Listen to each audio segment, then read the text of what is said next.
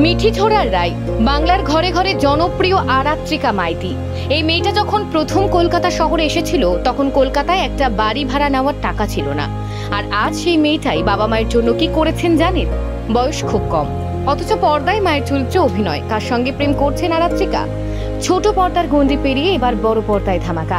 পরিশ্রম করলে তার ফল মেলে, তার বড় প্রমাণ আরাত্রিকা। মাঝে মধ্যে রাত ৩টে থেকে ঘুম ভেঙে যায়। কারণটা কি? কিভাবে অভিনয়ের সুযোগ পেলেন? কতটা কঠিন ছিল সেই লড়াই? যে মেয়েটা একটা সময় ক্যামেরার সামনে সংলাপ বলার সুযোগ পেত না, সেই মেয়েটাই আজ টলিপাড়ায় কিভাবে দাপিয়ে বেড়াচ্ছে। বহুদিন ধরেই আরাত্রিকার প্রেম নিয়ে টলিপাড়ায় প্রচুর ফিসফাস শোনা যাচ্ছে। শোনা গিয়েছিল অভিনেত্রী নাকি সম্পর্কে জড়িয়েছেন আর্য দাশগুপ্তের সঙ্গে।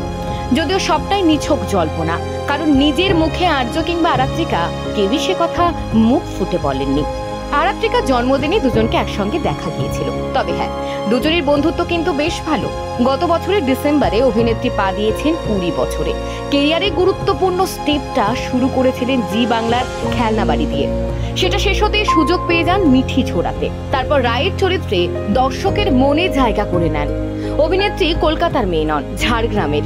কলকাতায় যখন এসেছিলেন তখন অভিনেত্রীর বাবা মায়ের কাছে একটা বাড়ি ভাড়া নেওয়ার মতো অর্থ ছিল না।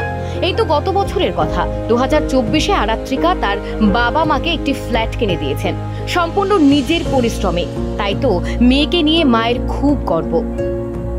জানেন, আরাত্রিকা রান্না করতে ভীষণ ভালোবাসেন, তবে সময়ের অভাবে করে উঠতে পারেন না। পুজো পার্বণে মায়ের হাতে হাতে দু একটা পদও রান্না করেন। বাড়িতে সময়ের অবসরে কখনো বা চা কিংবা ম্যাগিও বানিয়ে নেন। অভিনেত্রীর একটা অভ্যাস আছে, মাঝে মধ্যে রাত ৩টের সময় খিদে পায়, তখন উঠে রান্না করতে হয় তাকে। ২০ বছরের আরাত্রিকা পড়াশুনো নিয়েও ভীষণ সিরিয়াস। শুটিং এর ব্যস্ততা সামলেও পড়াশুনো ঠিক করেন। রবীন্দ্রভারতী বিশ্ববিদ্যালয়ে প্রবেশিকা পরীক্ষাও দিতে দেখা গিয়েছে। উচ্চ মাধ্যমিকটাও শুটিং সামলেই দিয়েছেন। শুটিং এর মাঝে সময় পেলেই পড়তে বসে যান। যদিও রেগুলার ক্লাস কলেজ করতে না পারার কোনো আফসোস নেই, কারণ রায়ের কাছে অভিনয় কেরিয়ারটাই মূল ফোকাস। ২০২৩ সালে উচ্চ মাধ্যমিক পাশ করেছেন। তারপর যোগমায়া দেবী কলেজে সাইকোলজিতে অনার্স নিয়ে ভর্তি হয়েছিলেন।